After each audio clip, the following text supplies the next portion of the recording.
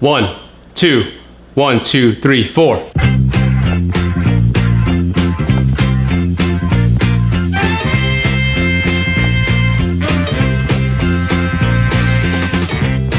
so glad to see so many of you lovely people here tonight. I especially want to thank all my friends from the YouTube community who've cared to join me for this Blues Brothers retro review. I sincerely hope you enjoyed this video. And please remember, people, no matter who you are or what you do, please like, share, and subscribe. Because there's still things that make us all the same. You, me, them, everybody, everybody. Everybody needs somebody. Everybody needs somebody to love. Someone to love. Sweet autumn mist. Sugar to kiss. I need you. I need you. I need you. When my soul's on fire, sometimes I feel a little sad inside. When my baby mistreats me, I never gonna survive. Yo.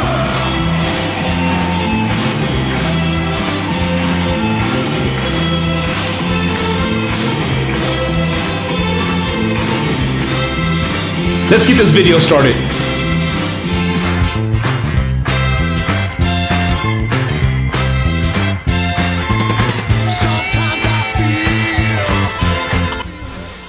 Hi, welcome to Rudy's Movie Review, San Antonio's unofficial movie critic. And this is going to be a fun one. I have been wanting to do the Blues Brothers a retro review since I started my channel a couple years ago. But you know how life is, you get pretty busy with things and ideas pop up out of the blue. But the Blues Brothers is one of my all-time favorites, and I decided to go ahead and make another in-depth video on the musical classic, which is odd because it's really not considered a musical, but seeing it again for the past couple weeks, I've seen it maybe 4 times. It's a musical, and it's one of the greatest musicals ever. And it's also got some of the best stunts and stunt driving, I think, of any film I've seen. I cannot think of one film that rivals the stunt sequences driving-wise than this film. And we're going to go into detail on all those resources and all those vehicles that they had at their disposal. So without further ado, let's go ahead and get started on the Blues Brothers. Just a warning, there's going to be a lot of singing and dancing in this video. I can't sing worth a damn. Well, I'm going to do it anyway.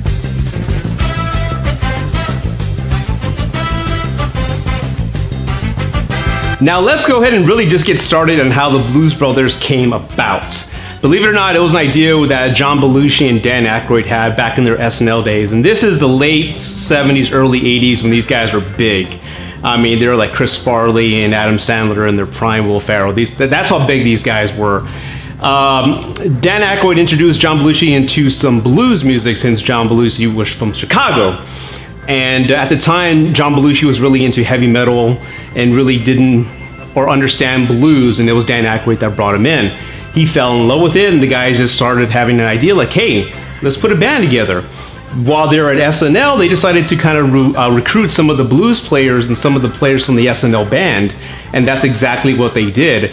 And before you know it, they convinced Lorne Michaels to say, hey, we got this great band together, why don't we play some music for the warm-up sets before the show starts? Lorne Michaels gave them the thumbs up, and that's how they got started. They started playing music before the show started, word of mouth started carrying, and before you know it, they went live for the very first time when Carrie Fisher hosted Saturday Night Live. They were so impressive that Steve Martin booked them and said, hey, I want you to go on tour with me. And it was that performance when they were on the road with Steve Martin that they recorded their live album. And to this day, it's one of the best-selling blues albums on Billboard 100. Believe it or not. Isn't that cool?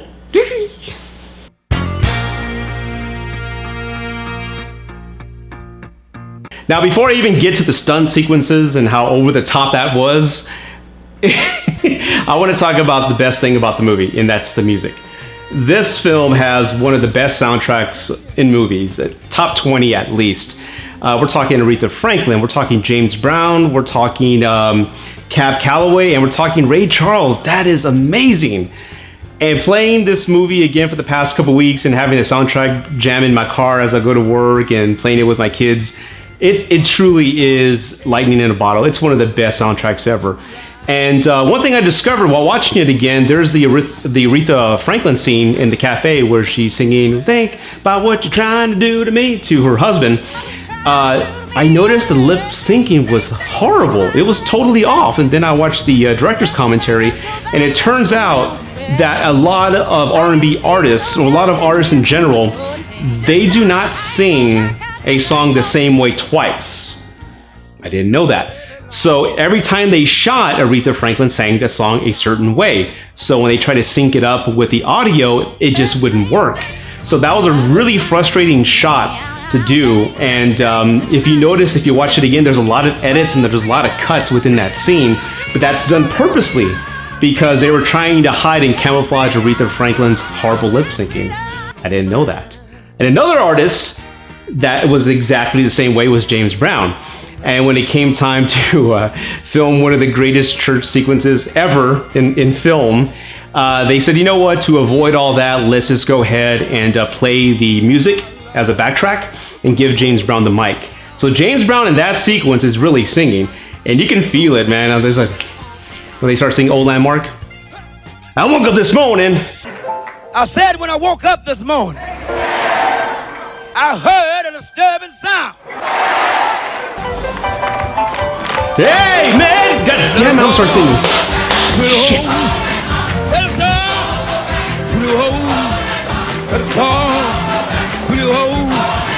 And we stay in the tub. Now let us reach in a hole. We got to breathe in the hole. Preach.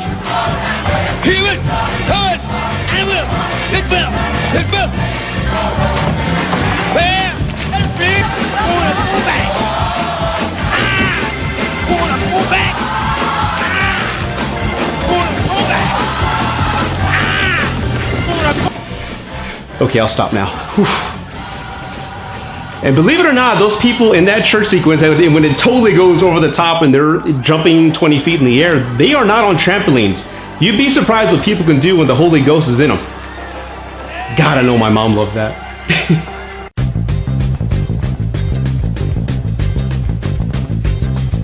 Would there be anything else? Yes, do you have a Miss Piggy? Now, the next sequence I want to talk about is the mall high-speed chase. Saying that in one sentence sounds weird. The mall high-speed chase. That's totally crazy. That sequence is one of the best shots, most risky chases I've ever seen. Now, think about this. For those who've seen the Blues Brothers, think about this. These folks found an abandoned mall. It had been alone and abandoned for about 1 year, so they rented it out for a week and they furnished it with stores. There were two types of stores, believe it or not. One's just a showcase and one's to destroy. And everybody in that scene, all the customers you see there, are all stunt people.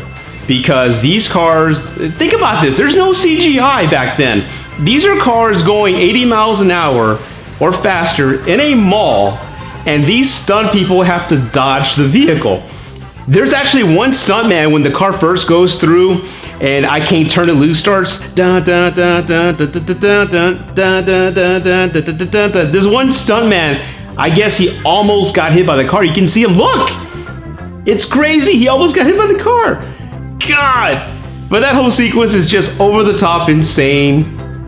I believe they said it costs somewhere in the avenue of $25 million to rent, occupy, hire everybody, and film. That whole sequence cost $25 million. Now, today's standards, what would that cost?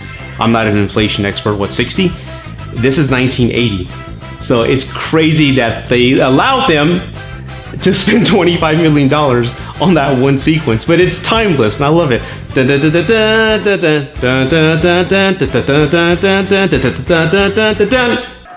gonna catch that sucker. It's the last thing I ever do.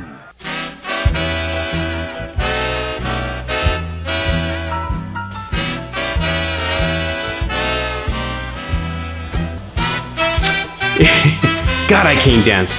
Believe it or not, logistically, according to the Blu-ray, that scene was one of the harder scenes to shoot. Believe it or not, that scene. The reason being is that they had thousands of extras in that ballroom. They recruited everybody through a radio promotion, and it was like a good 8-hour shoot. So you had thousands of people they had to cater to. So if you notice in that Cap Calloway scene before he goes hit it, he's dressed normally just like this. But when the curtains open up, it's got like a whole showbiz. Everything's all nice and white. Everyone's in tuxedos. It's just more of like a showcase performance. And to do that, they had to shoot it twice. So they filmed him performing it twice in regular clothes, and they filmed him doing with the star-studded outfits and then the band and everything else. So that, to them, according to the Blu-ray, that was the hardest scene to shoot. But that's one of my favorite scenes too. According to John Landis, Cap Calloway did not want to play his original Minnie the Moocher version. That version was the same version he recorded 50 years ago, back in 1980. And this was a disco era, so Mr. Calloway had actually recorded different versions, like disco versions that he wanted to play to promote his record. But John Landis said, no, that's not what we want. We want the original Minnie the Moocher. There was a lot of back and forth between them, but eventually Mr. Cap Calloway gave in and he played the song. And it's one of the best scenes musically in the film, I believe. It's just awesome. Hey folks, here's a story about Minnie the Moocher. And I took off the sunglasses because I couldn't see the camera. I had to put my glasses back on.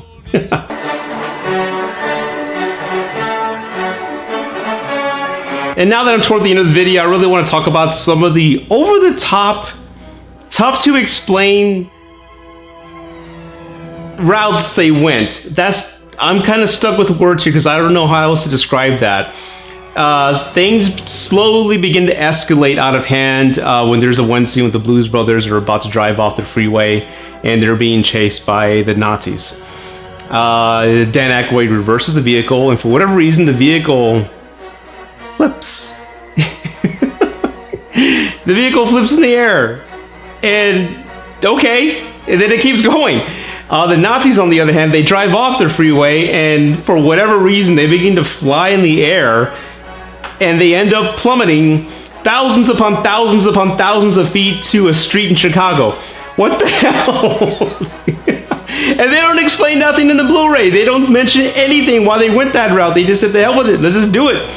Now, they do explain this one scene, the reason why the Bluesmobile flipped backwards. They mentioned that early in the movie when Dan Aykroyd parks the Bluesmobile, he parks it in this really tight garage, and there's this huge electrical volt transformer in the garage. Dan Aykroyd, when he originally wrote the screenplay, he wrote that that's how the Bluesmobile got supercharged and was able to do these super feats. I believe on the theatrical cut that wasn't part of it, but now it's part of the director's cut. But that explains why the car flipped in the air. And we get no explanation of how the Nazis ended up falling thousands upon thousands upon thousands of feet from the sky to a street in Chicago. Why not? Just roll with it.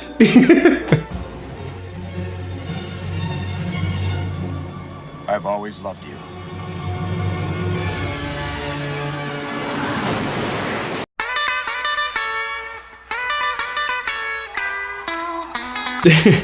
And last but not least, I have to talk about the climax in Chicago. Seeing this film again as an adult, I cannot believe for the life of me the amount of money and resources they invested in the climax. I'm gonna get my phone to read you the list of personnel and vehicles they had at their disposal for a Blues Brothers movie, okay? You're gonna freak out.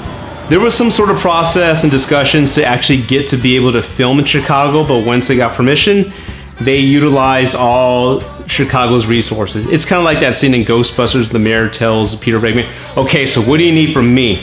It's the same thing. They used the horse patrol that Chicago had. Chicago has their own Navy. They used the Navy. 3 helicopters. They drove the Bluesmobile through a municipal court building. Okay. 60 Illinois State Patrol cars. 60. 42 Chicago police vehicles. 17 ambulances, 150 National Guardsmen. I am not lying, this is fact. 60 Chicago police officers, over 350 guns, 4 Sherman tanks, 400 Army personnel, 400, and the Chicago SWAT team.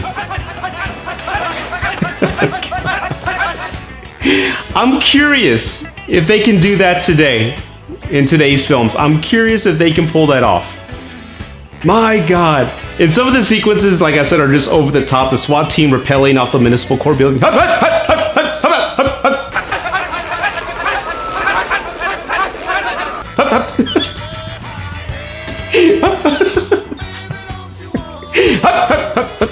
Oh my God, snipers. Oh Lord. And there's that one sequence that I love because it's so over the top, is when all that personnel finally gets into the municipal court building and they run all to the information desk.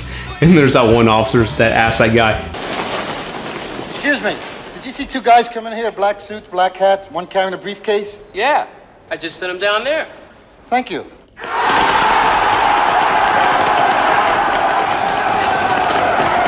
ah!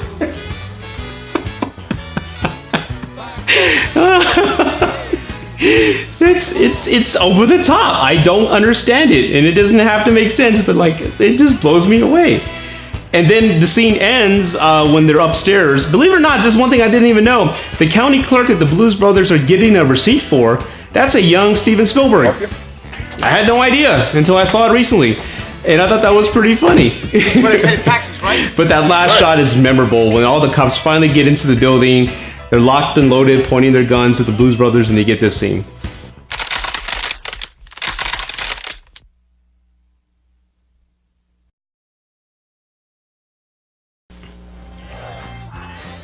There's no words. That's just too extreme and over the top, and I loved it. That's too cool.